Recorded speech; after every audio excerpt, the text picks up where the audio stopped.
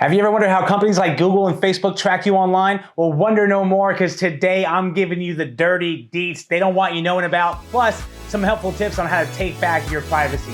So stay tuned. Sup, Internet Explorers? Welcome to the show. I'm your host, Mike Paez, your friendly neighborhood sales engineer, and I am excited because 40 gave me the script for today's show, and even though I barely looked at it, I did see one word that stuck out. Googie, googie. It's like my favorite dessert ever. So let's see what kind of cookie we're talking about today. Oh man, it wasn't that kind of cookie.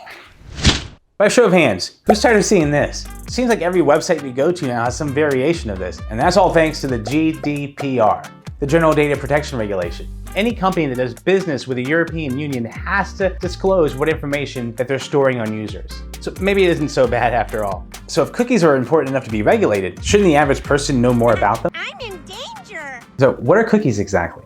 So when you go online and you add something in your shopping cart, a tiny file is created. And on that file is data like the contents of your shopping cart or your user preferences. Now, while the file is tiny, it's unrealistic to expect a website to store for billions of potential users. So what they do instead is they take that file or cookie and store it inside your web browser. So when you come back later, the website can pull that cookie so you can get right back to where you were. And if you're worried about security, they thought of that too. Only the website that creates a cookie can retrieve it. If it still sounds a little confusing, think of it this way. Without cookies, being on the internet would be a lot like talking to Dory from Finding Nemo. What is going on? You already told me which way the boat was going. I did? Imagine having to sign in every time you switch a page on Facebook. I'm so sorry. See, I suffer from short-term memory loss. Bruh. Cookies are a big part of the reason that we went from these boring static web pages to these complex web pages we have today. But as the saying goes, you either die a hero or you live long enough to see yourself become a billion-dollar industry. Less than a year after cookies were created, Nike put out the first ever banner ad. And since then, elements like this run the internet. You see advertisements on every part of a web page now. You know how I mentioned that only the websites that created the cookies can retrieve them? Well, this only incentivizes companies to work together to share information. You ever notice about like 95% of websites have this little icon on it? That means if you have a Facebook account or you even been to Facebook, Facebook now has the ability to be able to track your information across the internet, which you may be familiar with as a third-party cookie. Some of the more tech-savvy of you may already know that most web browsers have this option to block third-party cookies. But what do you know? A big corporation found a loophole. Who'd have thunk? You did it! Facebook even brands this loophole as Facebook Pixel. Facebook Pixel is designed to bypass extensions that block third-party tracking, allowing access to the massive reach of Facebook's platform. Facebook is the worst. Well, Google isn't much better. Too mean. I mean, every website has a Google ad. On top of it, they have their own browser. And I'm pretty sure Google crosses their heart that they're not storing your info. Keep it up and I'll show them your search history.